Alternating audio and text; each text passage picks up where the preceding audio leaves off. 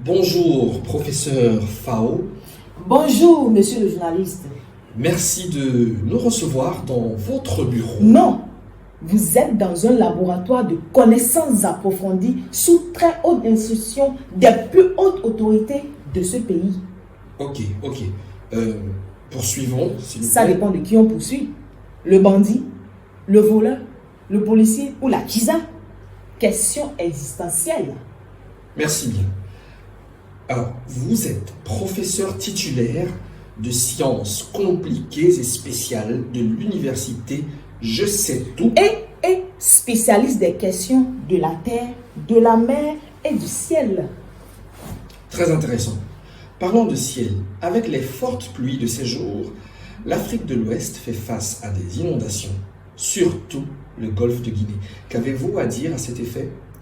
Je tiens d'abord à remercier le chef de l'État pour sa clairvoyance, lui qui m'a récemment nommé docteur honoris causa de la cause présidentielle et du bien-être des héritiers du trône. Pour répondre à votre question, vous parlez du golfe de Guinée.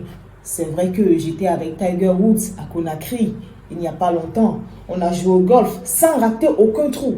Ce n'est donc pas un trou de mémoire que de reconnaître que c'est un sport autant que le football. Mais, professeur, nous parlons ici de zone géographique. Vous ne m'apprenez rien, sombre personnage. C'est vous qui ne voyez pas où je voulais en venir.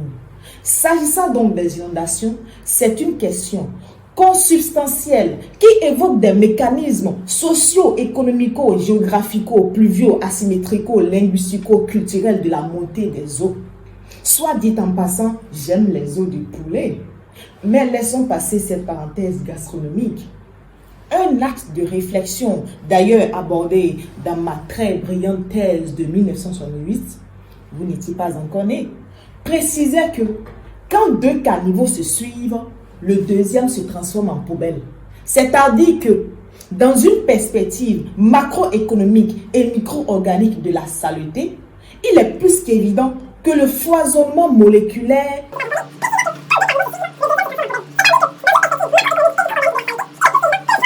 c'est donc ainsi que, suite à un tonnerre jaloux de ces nuages, la pression atmosphérique du déluge fluvial. Vous dormez, vous subissez l'inondation de la bêtise. J'expliquais donc que verbalement et concomitamment, il apparaît plus qu'essentiel lorsqu'on prend en compte les paramètres cités en 1850 par le spécialiste en saison sèche, plic-plac, plic-ploc, à savoir ce que vous savez, c'est qu'il pleut. Nous pouvons déterminer que l'orage de nos souvenirs s'exprime à travers la verse de nos passions et que l'Afrique de l'Ouest est vraiment à l'Ouest. C'est la raison pour laquelle